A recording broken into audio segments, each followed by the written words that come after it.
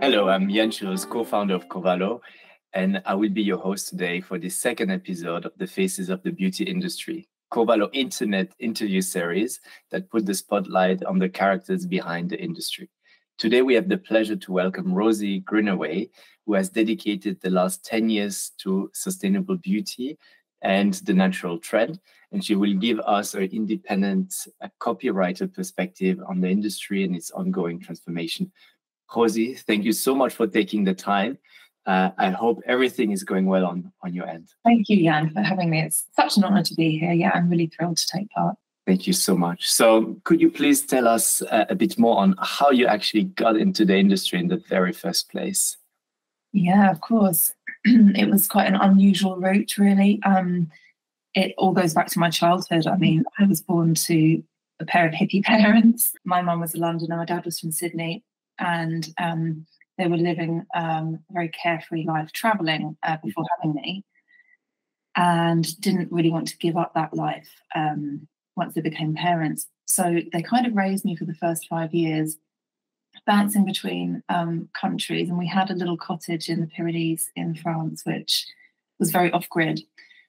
So it was all about like growing your own and living off the land. And they were really into eco-living and holistic therapies and alternative medicine and that kind of lifestyle. So that was sort of the background for my childhood. And then we had a traumatic event. I basically nearly died when I was 3. And healing from that process and that surgery, we turned a lot to homeopathy. And then that kind of sort of formed almost the backbone of my healthcare throughout the rest of my childhood. Fast forward to me starting school, and they decided to settle in Brighton, which, interestingly enough, the street that we settled on was at the end of it was Infinity Foods, which anyone who knows the UK's health trade will understand that it's a retailer, but also they have packaged goods as well. Everybody knows Infinity. And the founder of Infinity Foods was Robin Bynes. He also founded Natural Products News, which was the magazine I later went on to be editor of years and years later, which obviously followed a whole path through education and work experience and into editorial. But I sometimes walk past that street now that I lived on and look at Infinity Foods and think this is kind of where it all began for me, deep rooted in whole foods and eco living. And then that naturally progressed as I got older into exploration of green beauty in adulthood and the alternatives to the conventional FMCG products that we're fed and told to use on our skin. I mean, like that's goes a long way back, and I think like we see that the people that have a true passion for something, it's something that starts early in their life and really carry them over. Like, could you tell us a tiny bit more about your first professional step within the industry? It really was landing the job at Natural Products News. I'd done so many editorial roles before then, but nothing really spanning green beauty. And it really appealed to me to bring something I was so passionate about in my personal life into my professional space. So I felt very fortunate to get that. Prior to that, I was working in all sorts of different, very interesting industries, travel and design and food. And, this really felt like I'd found my home in the natural product space. And throughout the years, how did you see the industry evolve? I mean, there have been so many different developments in that time. I mean, my Natural Products News era spanned 6 years. And within that time, we managed the who's who in natural beauty, which was quite a well-known initiative. I should make it clear that Natural Products News as a print publication did close last autumn. So I am talking retrospectively about that chapter now, but and I'm sure we'll get on to what I'm doing now. But yeah, I mean, over that time, look, I took part in a lot of panel discussions. I was judging, presenting at trade shows, attending beauty launches, reviewing spa hotels. It was a great era, and I got to interview a lot of really big names in the industry. I was invited to join the Sustainable Beauty Coalition, which felt like a really big landmark in my career. I felt very honoured to be asked to join that. And it was really through working with them that I started to see the strides that we're being made forward collectively rather than individually.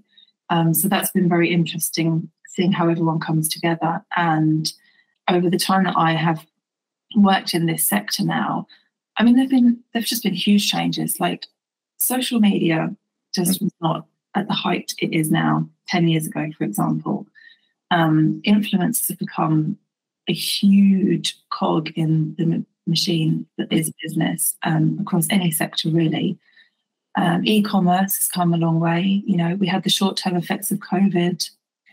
I think some aspects of beauty have bounced back from that. Other aspects, possibly not. Mm-hmm. There's been a big increase in the presence of plastic-free beauty. Mm-hmm. So packaging that moves away from conventional single-use plastics. You know, the popularity of refills is blossoming, and that is encouraging. On the good side of things, I mean, there was the banning of the microbeads. We know wet wipes are following shortly, which is really good. And of course, there was also the CMA's Green Claims Code that came in to help brands avoid kind of false environmental claims. But I think obviously there is further that we need to go, and I think banning all microplastics, you know, like the silicons that you find in shampoo that make your hair shiny, things that people don't realise they're putting into their waterways. There needs to be more regulatory control of that, and that's a key factor here. And it would also be great at some point to see organic beauty be regulated, because at the moment you can claim, obviously, as you know, that something is organic and it can have 1% organic ingredient in it, and that's just classic greenwashing for you. So, you know, to make it, to take away the option of certification, if you want to claim something is natural or organic, would be great. If you said, well, you have to be Cosmos or you have to be Natru certified, for example, that would be good. But, you know, it's a constant evolution, and I'm sure that anybody who's been in the industry far longer than I have could look back maybe 30, 40 years, and I'm sure it would be unrecognisable, the progress that's being made. But we certainly do have a long way to go. There is definitely a lot of educational work that needs to be done, and to really educate the public, educate the industry on different matters. And I think people really need to understand that it's not always black and white, that there are 50 shades of grey and more, and that it's important to put things in their context. You mentioned social media. I would like to deep dive a bit on this, because it has really transformed the way brands communicate, the way people ingest content. It has also sometimes a bit of a tendency to oversimplify things with like very short videos where, again, the nuance and the context is missing. People are often not questioning the source of the information, so they ingest and then sometimes repeat without questioning things. How do you see the role of social media influencing the industry? I mean, it already did a lot, but also moving forward. Yeah, it's interesting, the social media thing. It's such a weird concept. I mean, everybody is just switched on 24/7 now, and you're bombarded with messages. I think there are pros and cons to it. I think one of the pros is that you have more engaged audiences, and this is probably across many different topics, not just beauty. And it's easier to communicate to those engaged audiences and potentially kind of capture the attention of people that could be swayed across to natural beauty. Yeah, it's easy to communicate those messages of sustainability in like a nice bite-sized format, but like you say, it can be oversimplified as well. So that's a balance that needs to be carefully considered. Influencers is an interesting one, because if chosen carefully, they can be really impactful and have great value in helping brands communicate their mission. I'm always slightly skeptical when I see that something's, you know, paid ad or whatever, that, you know, I really want to know that that influencer lives by the standards that they're being paid to promote. And I will invest more emotionally in a product if I believe them.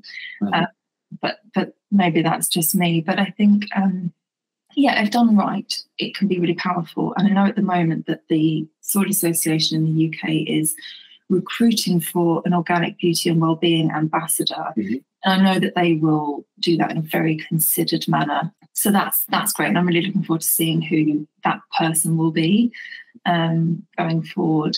The comms, I think there's like a darker side to social media. You hear a lot of quite damaging trends that will go viral on TikTok. And then, of course, once they're among the masses, it sort of spreads like wildfire. And I think the effect and the pressure on teens and preteen children is quite worrying at the moment. And they say, like, Gen Z's here to save the planet, but very young girls are buying very, very large volumes of unsustainable beauty products because somebody on TikTok told them to. And I talk to people that have got sort of preteen children, and they say they don't care about the less is more. They want more is more. And their bedrooms are filled with plastic, and they probably use things once or twice. And then the next trend comes along and they're trying out a new makeup look or whatever it might be. And it's just waste, continual waste. They also consume things that are not meant for them. It's like 14, 15 years old teen taking retinol-based products or absolutely ingredients that are not meant for such immature skin, and not understanding what they're putting on their skin either. So yeah, I mean that's the darker side of it, and of course body image in general, big part of that too. I think, it sadly just goes against the less but better message that in our industry we try to promote. Use fewer products, use ones which you may have multiple purposes for, make better choices, and ultimately, it's better for your budget because the products are going further and it's better for the planet. But that's not very social media, that message. And also, like for some of those products that have, let's say, long-term promises, a teen will not see any benefits or before probably a decade for some of those products. So they're just playing with that emotional aspect and then try to monetize in the short term, which is quite perverse. Oh, completely, yeah. And that is a shame that there is that side to social media. But, on the positive side, it is an incredibly important business tool these days. And I think, really that's why you have whole social media departments in companies, because you sort of can't really do business without it now. We spoke recently to a supplier that was very engaged in preserving the reputation of their star ingredient. And it's an ingredient that if you use above a certain concentration level can have quite adverse effects. And there were also a lot of products that were claiming to be that ingredient, but that didn't have the right purity or the right things. And ultimately, if social media or other media are pushing for the consumption of the wrong ingredient or in the wrong concentration for the wrong public, ultimately can also damage the reputation of the industry as a whole, and damage the reputation of companies that are actually very invested in doing things right. I think this is actually a nice segue also to the role of independent press in educating the public and bringing things up. How did you see this role evolve over the last 10 years? And what role do you see it play today and also moving forward? I mean, I think it's incredibly important to have independent press that has no vested interest in a brand's message other than to just portray it in a black and white manner. I think, obviously, in terms of print publishing, we know that is what they like to call it, a dying art. I think that's a bit bleak and a bit sad, but, I have just, come off the back of a redundancy, and that was a magazine that was going for 30 years. So I understand why people are saying that, but my experience when that magazine in print did close was the industry just almost like a collective mourning and crying out for, well, what's next? What do we have to fill that gap? because the industry needs something. And part of the reason that it needed something was because they need that that sort of third-party view of what's going on, and to report on what's happening and the developments in the industry in a non-biased fashion. So in a trade sense, there's definitely a strong demand for it. And I'm in the fortunate position that I was offered to come on board to a very new publication to launch that. I'm now editor of Natural Brands magazine, which goes out to a similar readership. It's UK health store retail buyers, and that's been great for me because I've been able to kind of continue my mission. On the consumer side, I can't comment. I don't work in consumer publishing, but I think with the absence of as many publications that are independent, I think we can only hope that what's taking place online is solid, honest, transparent information, because we need that to balance out, like we've said, the misinformation that can be easily spread on social media. And you need publications to spread the voices of serious people who know what they're talking about, and throw light on situations like you're talking about with particular ingredient, so that it doesn't get a bad name and a bad reputation because it's been used in the wrong way. So really, I mean, look, I'm always going to say that independent media is really important. Of course I will. But how it works in the future, I think it's our job to remain very fluid, to adapt to a changing media landscape, and embrace all the sort of digital opportunities that we can to kind of weave through. Certainly what we're doing at Natural Brands is to try to be sort of omni-channel. And I mean, I think it's still possible. Our trade definitely wants it, so that's really encouraging, because we are helping retailers to then educate their consumers. So there's a flow of information.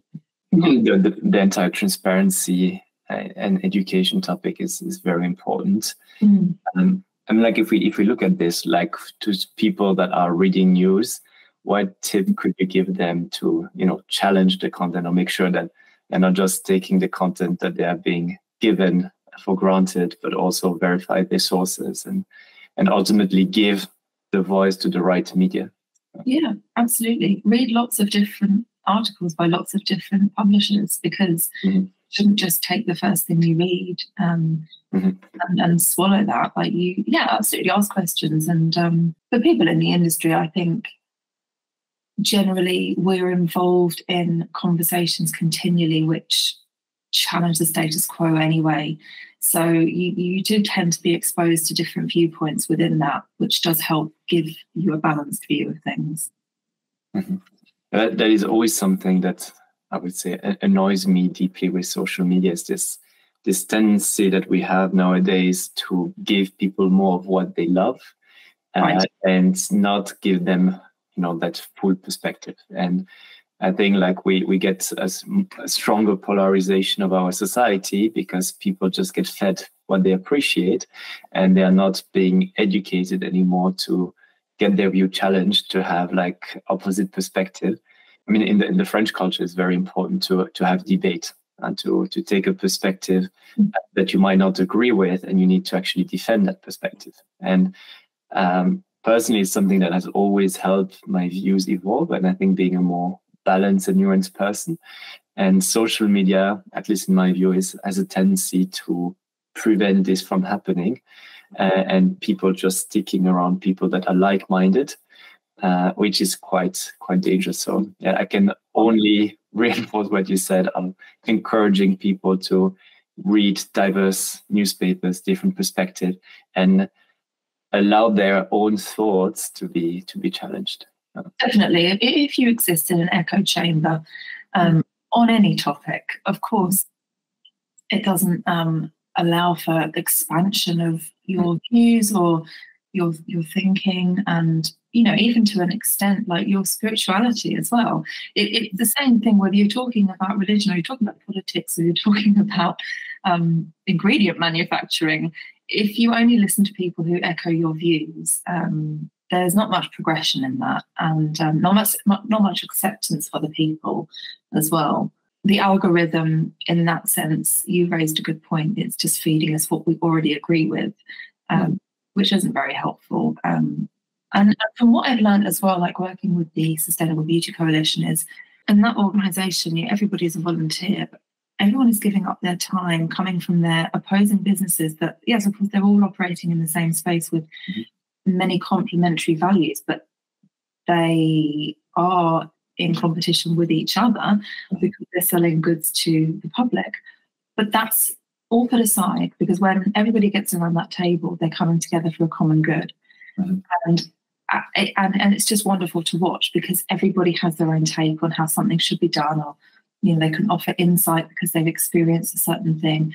And that is how collaboration works, right? So you get to know people in a different way because you're listening to them properly, and then seeing how their experience and their insights can help achieve the common goal.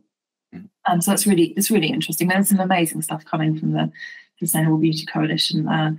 I can't talk too much about it at the moment, but that we're building a very big campaign which is going to hopefully revolutionise the beauty industry sort of from the top down. So it's a big piece of work, and it's involving a lot of different people at the moment, but it's going to hopefully help make that beauty space a lot greener, from sort of salons all the way down to how people dispose of things in their bathrooms. So it's an exciting piece of work. Can't wait to learn more about it. And I think, like, you also a very good point on people need to listen to understand and not to argue. And to be in those rooms to really, to get those ideas to evolve and grow is very, very important. Yeah, absolutely. So as you know, like, transparency is something that is also very central to what we do at Covalo. We see our role in educating the consumer indirectly, the brands, and then ultimately giving them the data they need to take right decision. And through this, fighting in a certain way the greenwashing and oversimplification of things. What is your view in platform in general? We are also a bit the new kids around the block. There are certain things that we are doing, but the role is also evolving a bit. How do you see platforms like Covalo ultimately helping that trend evolve? Yeah, I think it's really important. I mean, first of all, yay for being the new kid on the block, because we are also new kids on the block at Natural Brands magazine. But it's kind of cool, right? Because it's a blank page and you can write it how you want it to be, and offer what you think the sector needs. So I think it's really important. I mean, transparency in consumerism, I think the expectations of switched on consumers have really shifted. People just want honesty. They want to know what a company believes in, and they want to see that reflected in their actions and in their brand messaging, and throughout a 360-degree view of the company and the products they're offering. They don't just want the talk, they want the walk as well. So brands and platforms also that highlight what is being achieved, what can be done, also what needs to be done that hasn't been done yet, and just really owning that. I think that's really important, because there's a lot less tolerance for greenwashing now. And even among the consumers that you might not think were as switched on, I think it's slowly starting to permeate their consciousness. So as that shift continues more and more, platforms like yours are going to be very, very important going forward to help be like the backbone of transparency, essentially. And you have platforms like Provenance as well, which I think they're great. And I was reading their blog and found something which just astonished me. And it was saying that 75% of the products on the EU market carry either an explicit or an implicit green claim. But when the European Commission looked into that, they actually found that more than half of them, what they sort of said, like, fell prey to like vagueness or deception, and they couldn't substantiate their claims, right? And I think something like 40% had absolutely no evidence. Mhm. There's sort of degrees of how far people will go with brainwashing, with greenwashing, although it kind of is brainwashing too.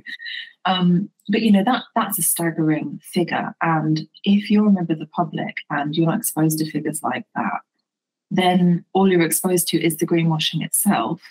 Mhm. Then it's very easy to just accept what you're being told, not question it, like we said. Mhm. So yeah, I think it's the independent platforms who can almost speak the loudest, Mhm. kind of call the industry out on its bullshit in a way, or even prevent that bullshit from occurring. Would be my hope from these sorts of platforms. Yeah, I mean, like you touch also on a point that the brands tend to give consumer what they are asking for, but the consumer don't always know what is good for them or what is the meaning, and that claim substantiation becomes more and more important. So it's, I mean, like in a bit of a dream, we would like to have that B2B2C where we can really track from the raw material all the way to the finished goods, and make sure, as you were saying, like that brand story is authentic and can be substantiated, and then educate along the way the people on what it means, what are the implications. I think like as an independent platform, it's important for us to not be too judgmental, but to make sure that people have access to the right information to take their own decision. If we take too strong of a bias, that independent side would probably hinder in a certain way our ability to reach the maximum amount of people. So it's always this fine balance. I think what we really want to have is the ability to bring different perspective on the topic, to give people the data they need, then to take an educated decision, and then leave the room ultimately for people to then ultimately the decision they truly feel aligned with. Yeah, absolutely. And you touched on ingredients. It's that I think there's a big missing piece of education for the public about the ingredient supply chain. I think we talk about it a lot in our industry, and what it really means to look into the supply chain. But I don't think consumers really know. I don't want to say they don't care, but I don't think it's all that familiar to them really. But what I found was really interesting was when the conflict in Ukraine began, prices of a lot of beauty products went up. Well, the cost of manufacturing them went up, and then brands had to make that decision of whether to pass that cost on to the end consumer or swallow it themselves. But one of the reasons was that supply chain was so disrupted. I think sunflower seed oil was like a massive, it comes up in so many different formulations.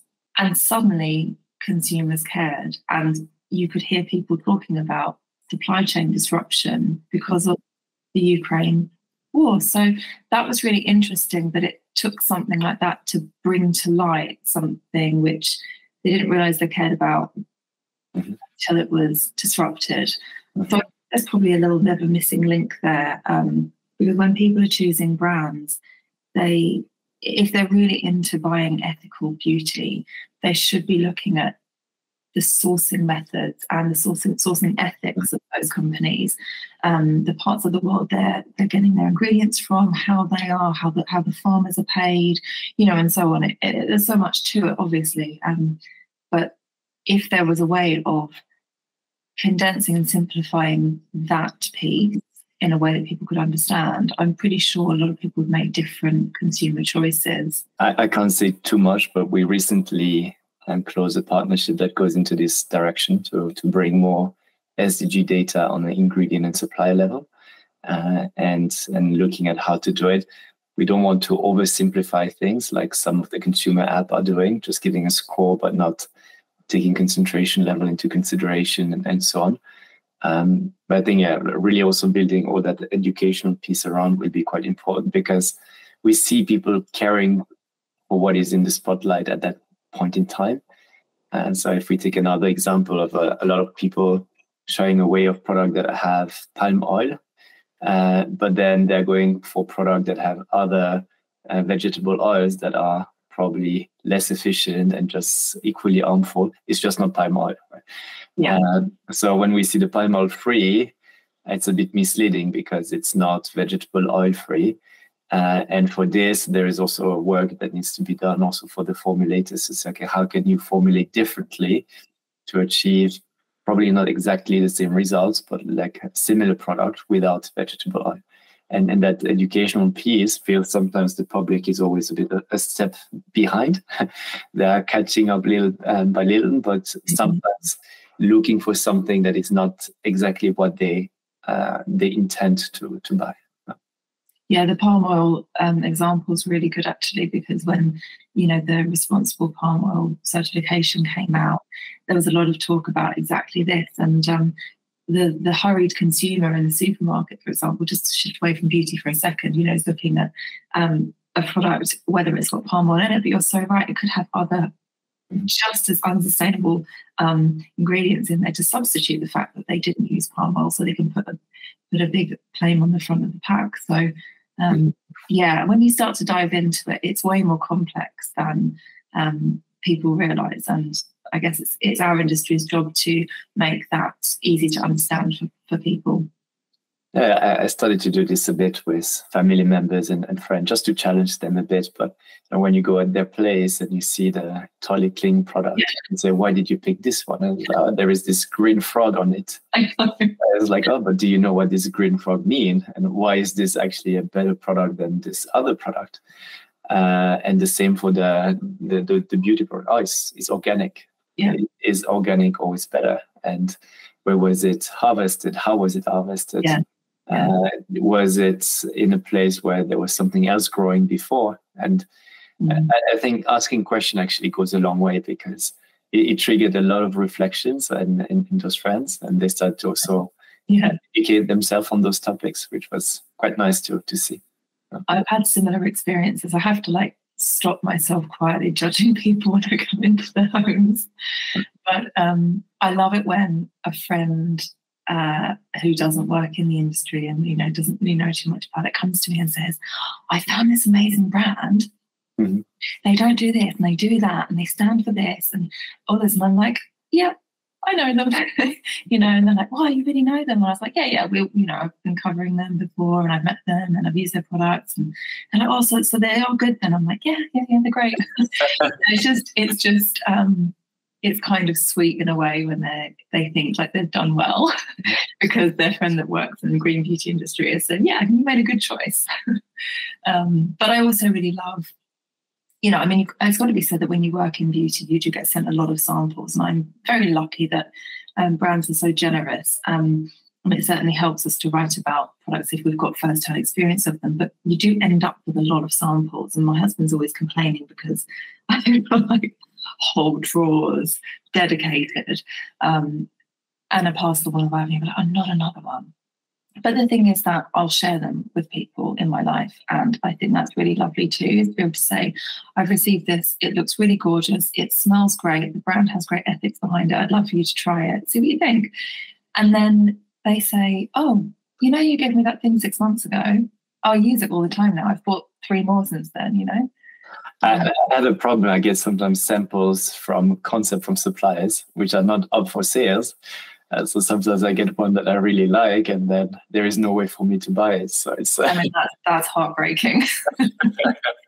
I've had that a few times where I've been to trade shows abroad, and it's been like a really small startup, like a little European company, and they've given me a sample of something, and it's been so wonderful, and then I can't get it in the UK. I get hooked, and then they tell me. But it's so it's just nice to discover and share amongst people, and ultimately watch people fall in love with the brands that we work with every day.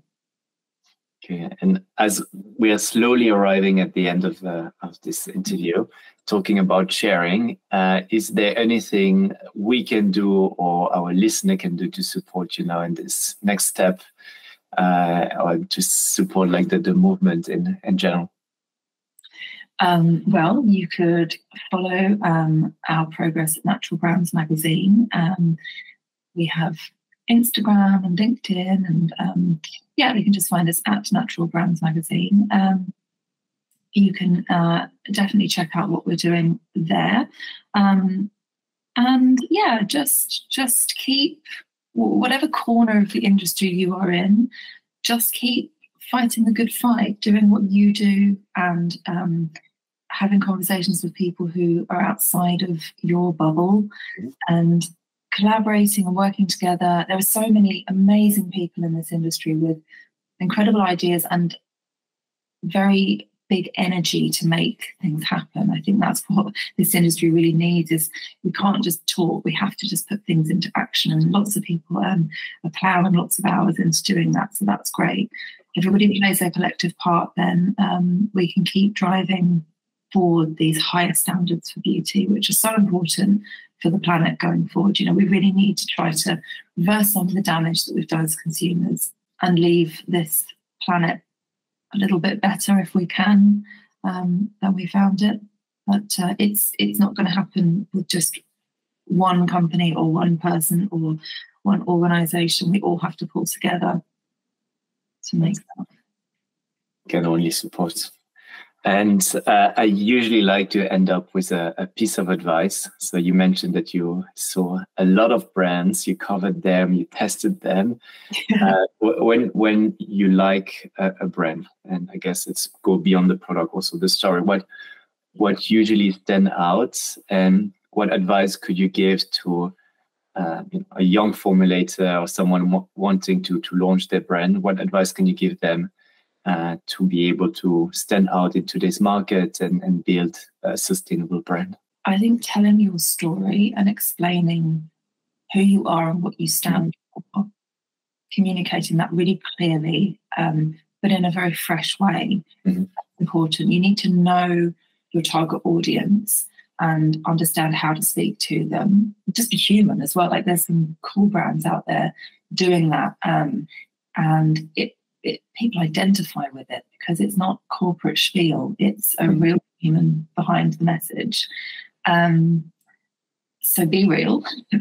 If you're not good at social media, outsource it.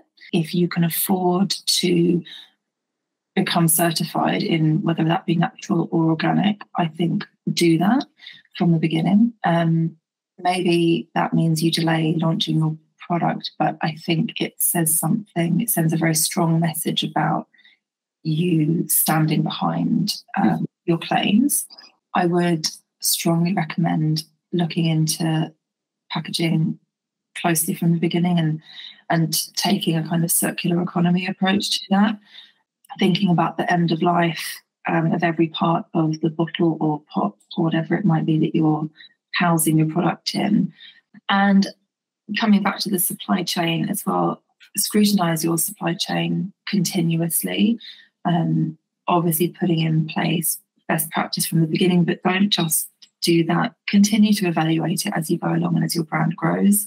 Of course, situations change and there are factors in the world which could affect supply chains and how things are managed. So yeah, I just think just be the best that you can be, and stand up for why you're doing certain things. I've heard brands be challenged on why they're certified B Corp but not certified organic, and it's like, well, that's cool. Like, you've told me your reasons for it, and that makes me respect you. You're standing by your decision, and off we go. If I like your product, I'll still buy it. So yeah, know who you are and know what you're offering to the world, and be confident in it. I think that's a very good point to also invite the brands to stand behind the decision, and also why they decide not to move forward with something. Yeah, we usually don't hear so much about the things brands decided not to do and the reason why. Yeah. So yeah, that's very interesting. Thank you so much. In the first episode, you were named as someone I should talk to, and I'm really glad we did. And I hope that if you have any ideas who we should talk to next, or if the listeners have someone in mind, please do share. Really enjoy having those different perspectives. All the very best with that next chapter. Hope we will hear a lot about you very soon. And please let us know if we can be of any support. Thank you. This has been great. Thank you so much for having me on. And thank you very much. Bye.